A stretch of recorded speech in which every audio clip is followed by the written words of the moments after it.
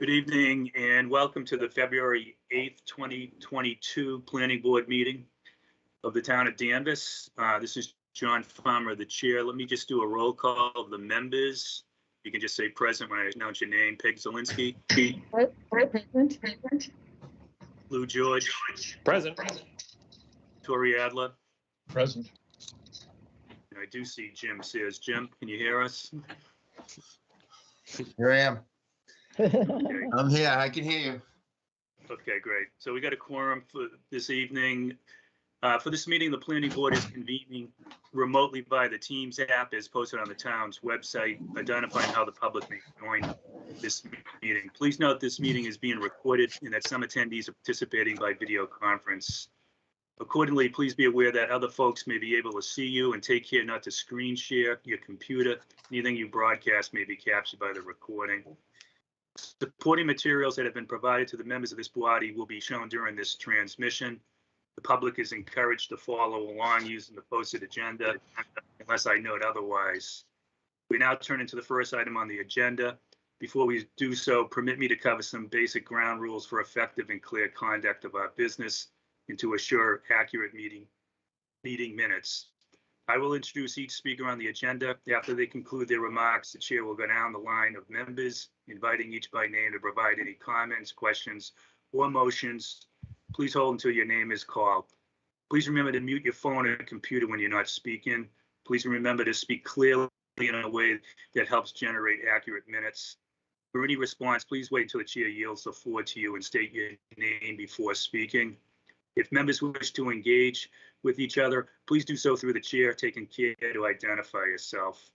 For the items with public comments, we have established an email address for public comments@danversma.gov. This email address is shown online with the streaming of this meeting. Residents may email comments and they will be read out loud after the staff has confirmed your name and address. All emails must contain the date and phrase planning board in the subject line. Finally, each vote taken in this meeting will be conducted by a roll call vote. So the first item on the agenda is Chatham Estates Definitive Subdivision, 69 North Street Development LLC, submitted a request to the planning board for an acceptance of a covenant. And I'll turn that to the applicant.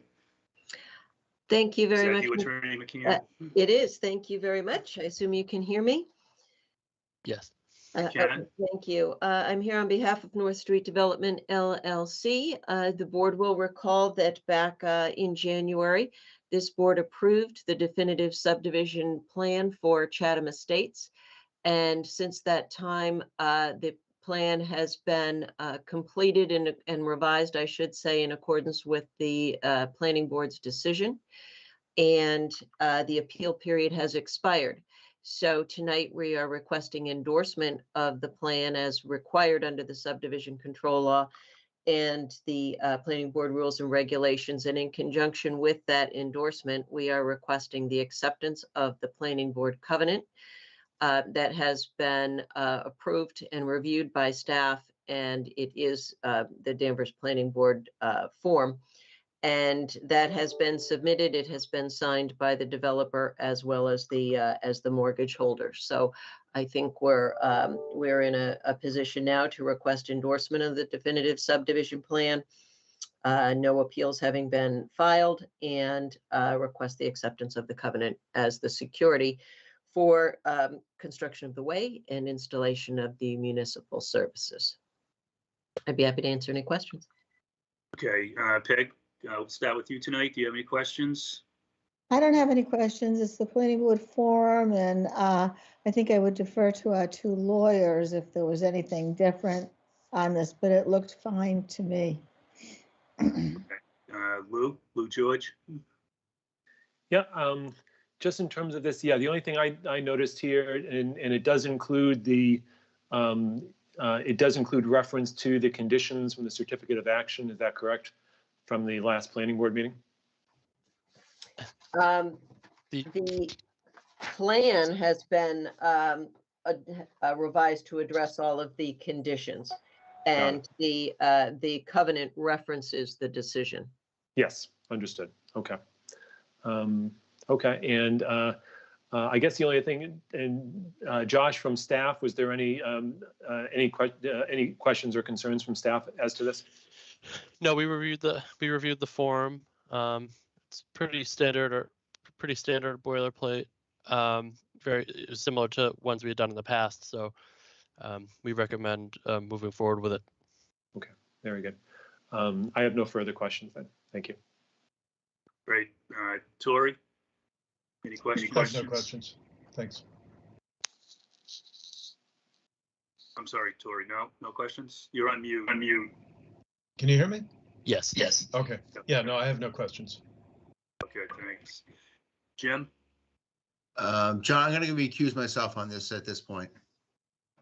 Okay. I have a newly formed conflict. Okay, so All let the record show that Jim is abstaining. So my only question is, I know this is the covenant not to convey, but is the intent by the applicant at some point to do a tripartite agreement, Attorney McKeon, or is it just going to be straightforward covenant not to convey? No, as is typical, we usually start with the covenant.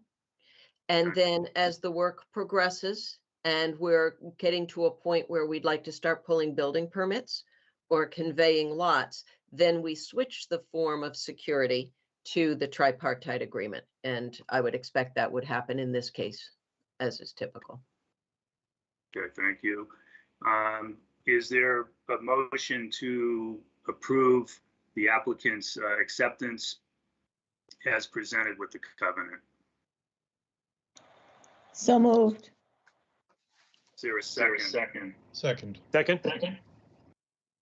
Okay, so that was from Tori. Okay. So let me just do a roll call vote. Peg, I heard you did the motion. Mhm. So, and Tori, you have a second. Lou? Yes. And I'm in favor as well, but just to be consistent, Peg, can you go on the record? Are you in favor? Yeah, I accept the motion. Okay, and Tori? Yes. Okay, so, this request by the applicant is approved. Josh, is there anything that we're gonna need to execute? Or are we pretty straightforward from an administrative standpoint? Yeah, if I need the signature, we sometimes we might do the stamped signatures, but if not, I will reach out to the group if live signatures are needed on the. Yep.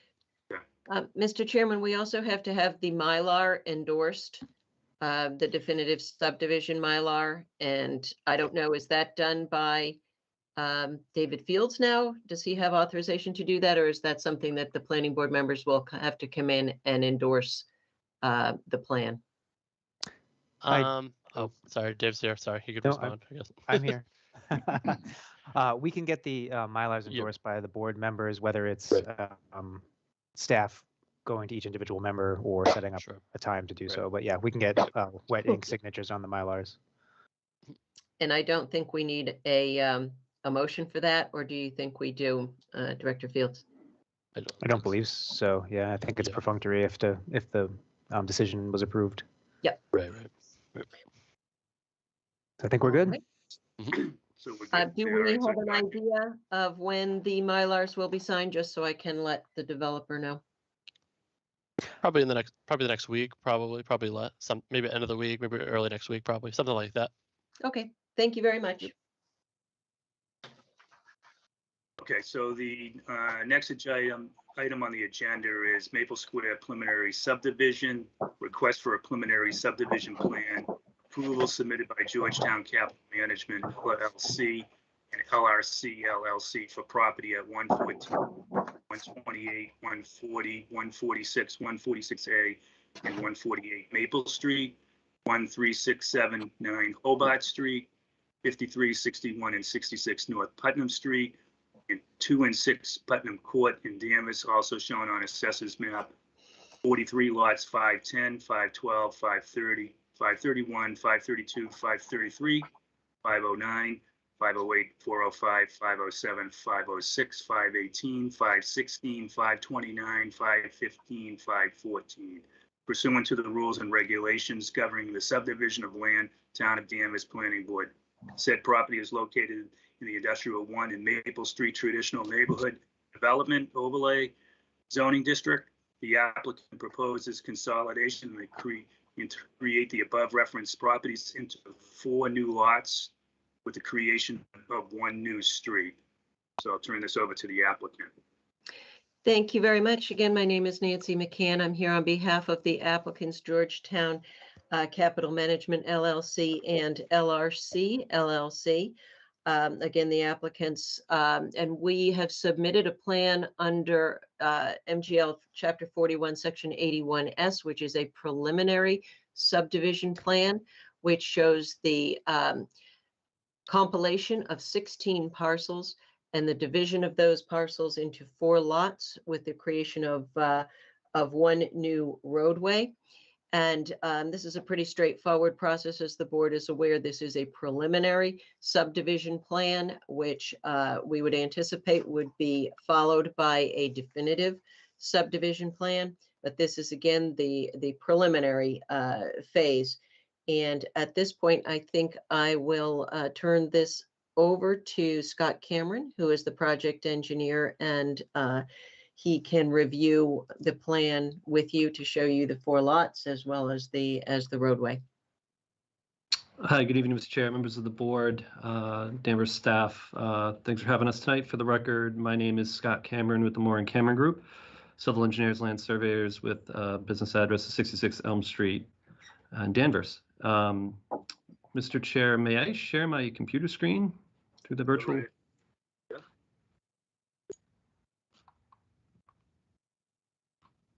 I just want a confirmation that that popped up on your side. It did. Perfect.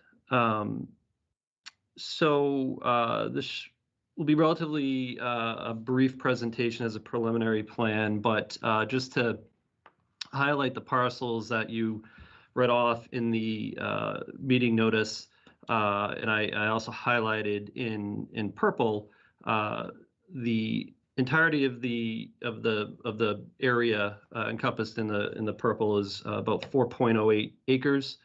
There are 16 parcels involved, being 6 Hobart Street, which is the train station parcel, the parcels on North Putnam, Maple Street, and Hobart Street, and then parcels again on Maple and North Putnam fronting here. There are various structures. You're familiar with this lot in this area. Many of the former hot watt parcels are encompassed here. And we did, after submittal, receive a letter back from staff and the engineering department. Staff asked us to make a couple of adjustments to the plans, which I'll highlight as I go through. One was simply to add the preliminary plan to the title block here, which we did, and the second was to add the engineer's stamp. We did initially exclude those, taking a literal read of the subdivision regulations, providing the surveyor and engineer of record, but I had no issues putting the stamp on as well and changing the name. So we did make that adjustment. The subdivision itself is as Nancy mentioned, it's a compilation of parcels to aggregate them together and then subdivide them back out, creating a new roadway and frontage. So again, I have the area outlined in purple as far as the overall tract. You can see the compilation of the parcels here, the creation of the road, which I highlighted in blue off of North Putnam Street, lot 1 here, lot 2, and then lot 3 being the property bounding the train station parcel. And then staff had also asked us to add the downtown center core zoning table to this plan as well, as that encompasses portions of the property. So you have, which is mainly lot 3, and then you have the lot 1 industrial 1 zoning on the other piece. So that is the extent of it. We did receive engineering comments back. Our response to that being a preliminary plan, our goal is to flesh out those comments. And in the next step of this process and definitive plan, we would look to incorporate and address all of those comments from the town engineer, many of which were really related, in my opinion, to the definitive phase of design. As you know, there's very rudimentary design at this preliminary level, but we did show grading, drainage, utility connections. We were anticipating to do that work. We also did include a detail sheet showing other information, including the roadway cross section, a profile along North Putnam Street showing existing utilities and the connection point here, details on the tree plantings, details on the utility connections, service connections, and the roadway cross section. We also provided estimates for the sanitary sewer demand, water demand, and storm sewer flows that we anticipate the project to generate, and is outlined in the preliminary subdivision checklist requirements in the regulations. So with that, again, it's not a whole lot on the preliminary plan. I'll turn it back to you for questions, and we'll respond as best we can.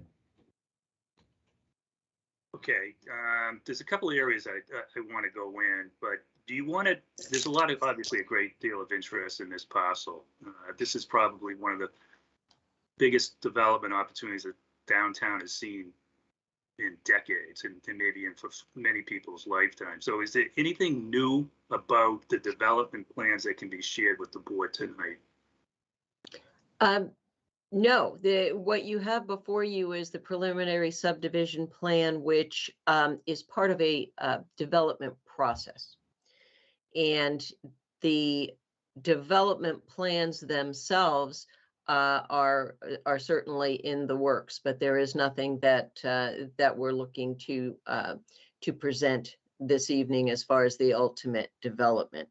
The preliminary subdivision process that we're going through, followed by the definitive subdivision, is a process that's available to a developer under MGL Chapter 48, Section 6, which provides to the developer certainty for a period of time as to what the zoning affecting these parcels is going to be, otherwise known as a zone freeze.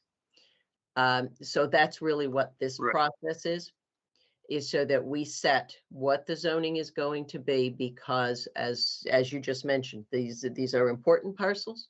The development of them is important and very involved and detailed.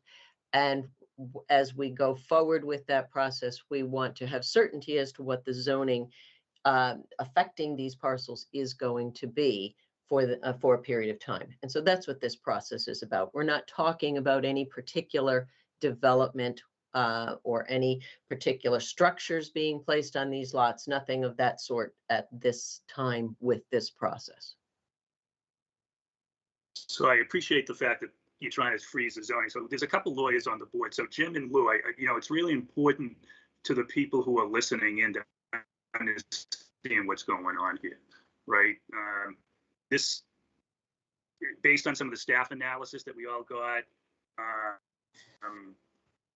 the use variance, concern that was going, potentially this board didn't support that going to the town meeting. I just want to make sure that the public understands what's going on here. So if you guys can, when it comes time for your question, I appreciate that you phrase the questions in a way that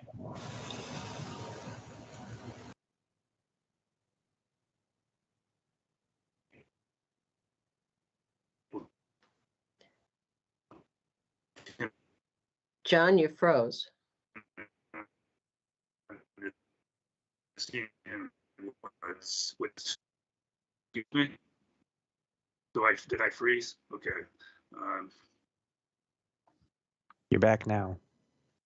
Okay, I'm back now. So let me turn it over to you, Lou, if you don't mind starting out with your questioning. Sure. Just in terms of, and again, this is, I'm just taking a look at I'm taking a look at the materials. And I guess one question I do have, and I know that we're at a preliminary, this is the preliminary stage, and I understand what, in terms of the request to sort of, to sort of freeze the zoning, but just so you can walk through it a bit. I know we've had a lot of discussions, as John alluded to earlier, that we had presentations regarding this area and the development of this area. And I know that there's been prior prior activity before this board as well as before another board, the ZBA. How does that all relate to this here today? They're really separate. What you saw before was a proposed development. We had an initial informal filing with the planning board. We had site view with the planning board. We have a few informal meetings with the planning board. That proposal required, in the opinion of the zoning administrator, required a use variance for the pickup window for that proposed occupant. And the ZBA did not grant that variance. So that is that development that we had talked about, but it hadn't gone any further than that because we were not successful in getting the variance for the drive-through. This what you're seeing tonight is really very separate. Whether we had gotten that variance or not, we would be going through this same process, quite honestly. Because as we saw in November 15th special town meeting had a number of different zoning amendments on it, some of which may or may not have affected this parcel or these parcels together. So 40A Section 6 allows a developer to freeze the zone through a preliminary followed by a definitive subdivision plan for a period of 8 years, so that you know as a developer that this is going to be the zoning that you're going to deal with. You don't have to worry that there's going to be a zoning amendment on a special town meeting that could blow apart your whole development that you've been spending time and considerable money putting together. So it really is, it's a mechanism under the state statute that allows certainty for a developer so that they can lock in the zoning and they don't have to worry that there's going to be amendments that could cause problems going down the line. So really what has been before the board informally really doesn't have anything to do with this. They're two separate processes. And it's unfortunate that we were not able to get the drive-through variance, but that's leading to other concepts that are being considered, but nothing has been put forth yet. But this process allows us to set the zoning so that we don't have to worry that there's going to be a change in the middle of the process that could cause a problem. And Attorney McCann, you're not, in terms of just to have things to clarify to me as well as to the audience as well, the zoning board of appeals last, some months ago, they did not act unfavorably on the variance request. Is that correct? Or it was withdrawn? Is that? It was withdrawn because the board, as is typical for the ZBA in Danvers, they pulled the board and we did not have the votes required. So we withdrew, as opposed, as you know, if you take a negative vote, that has implications going forward with subsequent applications. So the ZBA in Danvers is very good about polling their members. And that's what they did. And then the chair says, you don't have the votes. What would you like to do? Okay. And so we withdrew. Sure.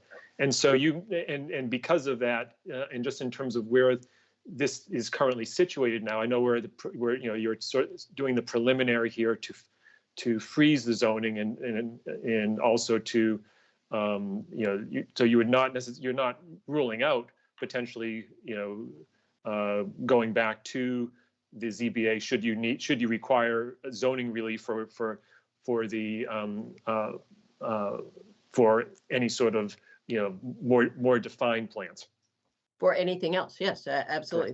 There may be a need for in another concept or whatever we decide that we may have to go back to the Board of Appeals for something. We certainly would be coming to the planning board at a minimum for site plan review.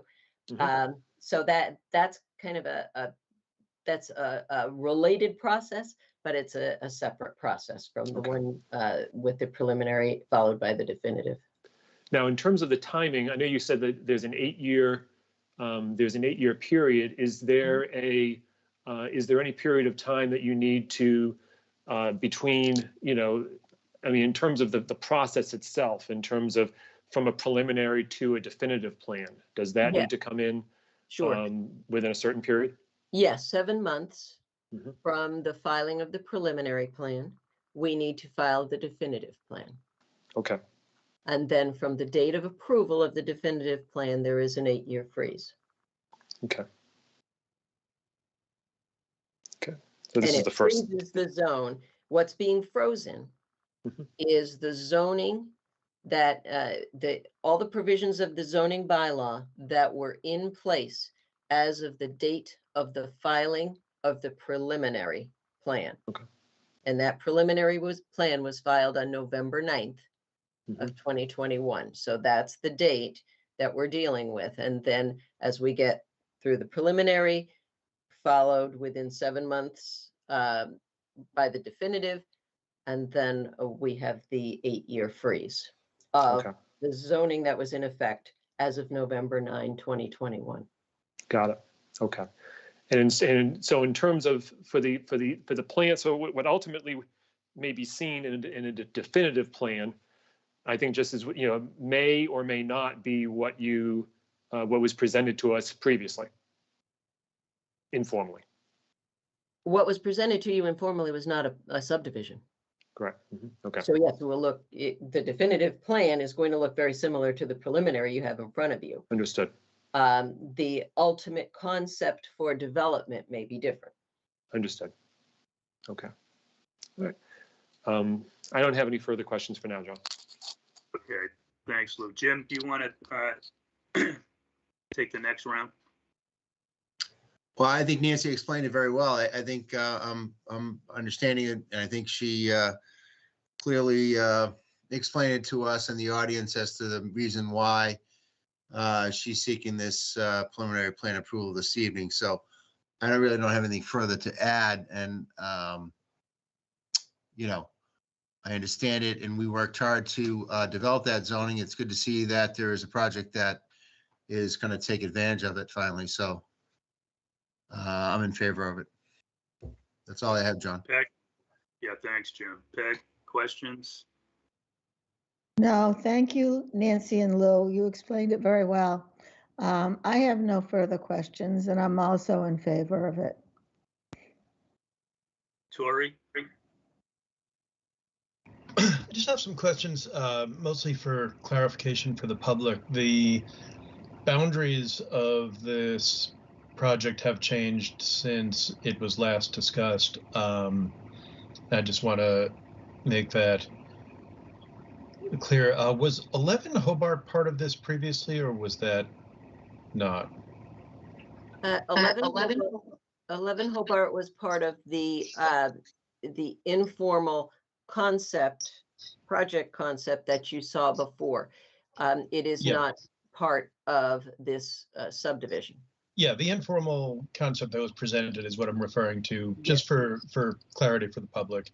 It did include that, yes. What's described as Lot 4 here, the parcels that are north of North Putnam Street, those were not included on that informal proposal. Is that correct? That's correct. Yeah. Okay. Yeah, other than that, I'm for this. I very much like to see something productive done with this area. Okay, thanks, Tori. I mean, I don't have any questions. I do have an observation. So this is really to the staff and to David and Josh in particular. This is a critical development, and the two voluntary boards, the planning board and the ZBA, really need to be on the same wavelength in terms of expectations. So I encourage whatever we can do to have the two boards aligned in their thinking of what's in the best interest of the town of Danvers. It's a little easily said than done, but I think it's really important, specifically given the uniqueness of this opportunity in the downtown with a 4-acre parcel. So there's been a lot of work put forward to get the zoning change. There's a vision that the planning board had, and hopefully, you know, if there's going to be a use variance or other type of variance, that we understand the expectations. I certainly understand our responsibilities, but to me, we're too small of a community not to be on the same wavelength for this project. So that's just a comment. Is there anyone from the public, Josh or David, that wanted to speak on behalf of this application? Yes, I believe that there's at least, I see two members of the public. Would Mr. Mark Goldstein wish to speak or comment on this? I do. Thank you. Can you all hear me? Yes. Thank you. Mark Goldstein from Beverage and Diamond on behalf of One Maple Street Associates LP, which is the owner of the Danvers Square block from Santander to CVS.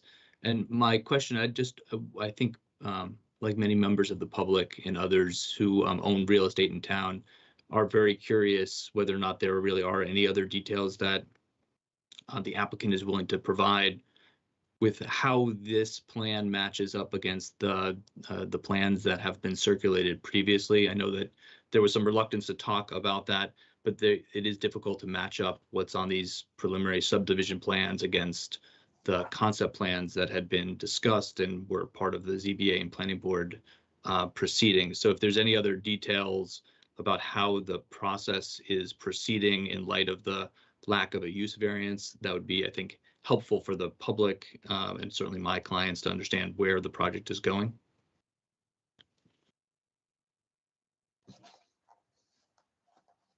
Well, I think the applicant said that they're not in a position to disclose anything more. So I think we just got to let the applicant come forward in the time frame that they choose. I think that's the fairest way to answer that question, unless Attorney McCann wanted to add anything more to that. No, I think we responded to that already.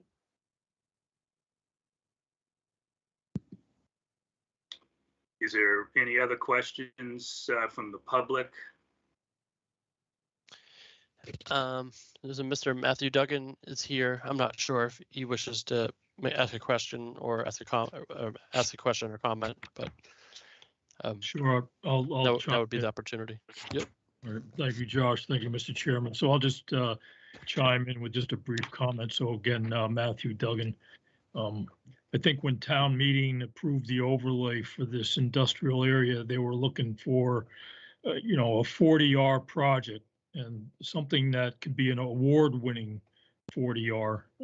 There are several examples on the North Shore, and I think that would be beneficial not just to the developer if they do it right, but also to the long-term use of this specific area of Danvers Square.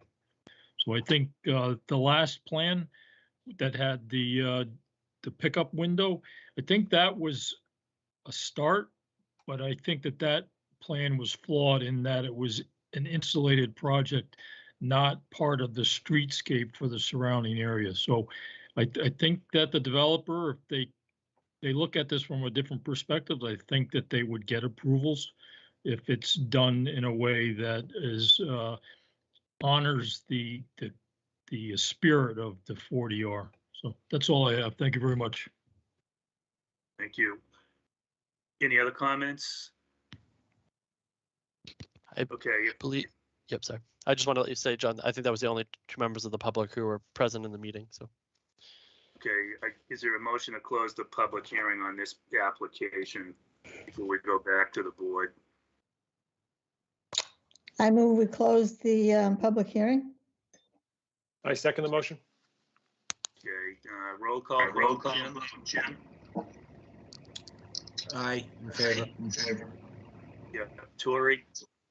Yes. Lou. Yes. Peg. Yes. And I'm in favor as well. Is there a motion to approve the subdivision plan as presented? And if there is, maybe Jim, if you don't mind reading the decision as part of the motion. Sure, let me find it here real quick.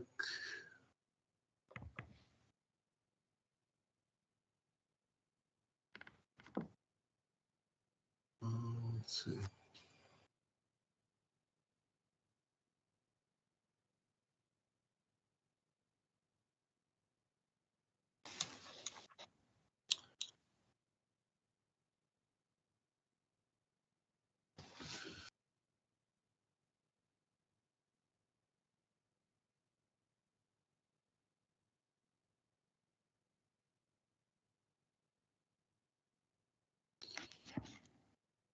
Okay. Preliminary plan decision, Maple Square, 114, 128, 140, 146, 146A, and 148 Maple Street, 1, 3, 6, 7, and 9 Hobart Street, 53, 61, and 66 North Putnam Street, 2 and 6 Putnam Court, conventional subdivision. Date of filing November 9th, 2021. Date of public information meeting December 14th, 2021. No public testimony. January 11th, 2022, no public testimony. In February 8th, 2022. Date of preliminary decision, February 8th, 2022. Development information applicant, Georgetown Management LLC and LRC LLC. Designer Scott Cameron, PE, Moore & Cameron Group, Inc. Current owners, Jeremy S. Lee and William S. Lee, trustees, Lee Realty Trust, Jeremy S. Lee and William Lee, trustees, 146.5 Maple Street Realty Trust, LRC, LLC, Roland and Linda Bouchard. Submission materials, preliminary subdivision plan application, location, 114, 128, 140, 146, 146A, and 148 Maple Street, 1367 and 9 Hobart Street, 53, 61, and 66 North Putnam Street, 2 and 6 Putnam Court, Town Assessors Map 43 lots, 510, 512, 530, 531, 532, 533, 509, 508, 405, 507, 506, 518, 516, 529, 515, 514. Area 4.161 acres. Zoning Industrial 1, I1, in Danvers Town Center Core, DTCC. Underlying zoning districts in Maple Street, Traditional Neighborhood Development Overlay Zoning District.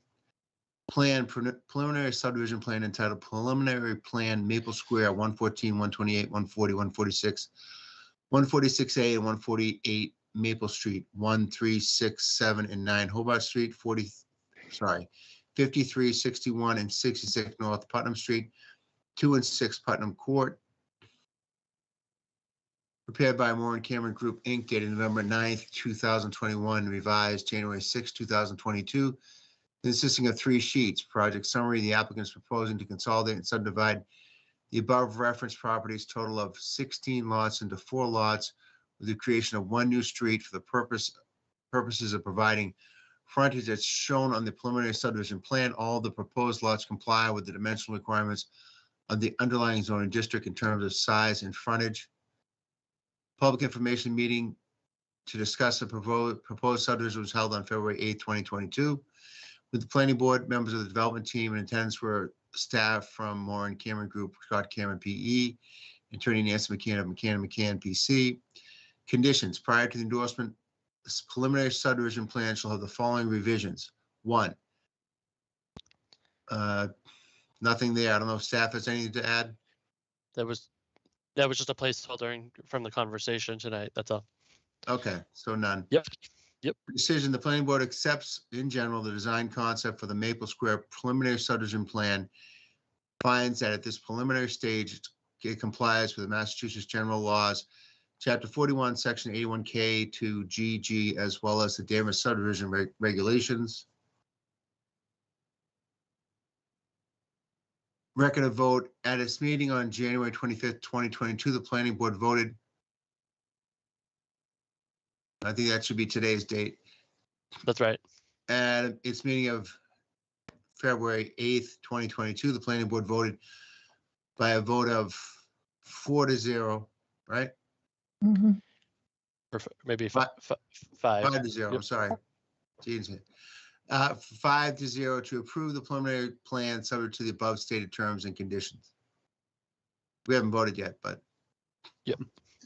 we're gonna vote now. That's it. Okay, So that, there's a motion. Is there a second? Second, Okay, roll call. Lou George, Yes. Tori Adler, Yes. Jim Sears, Yes. Peg Zelinski, yes. and I'm in favor as well. So we look forward to the next phase of this development. Thank you very much. You're welcome. Is there any other matters for the board tonight? Any staff updates or anything else, Josh or David, that you want to bring to No, our just attention? Just at our next meeting, there's one application right in front of us at the DeLuigi Foods, 85 Newbury. I'll sending some information out about it in the next week or so. That will be at our next meeting on February 22nd, and there will be likely an A&R also at that meeting. Yeah. Great. If there's no other matters, I'll entertain a motion to adjourn.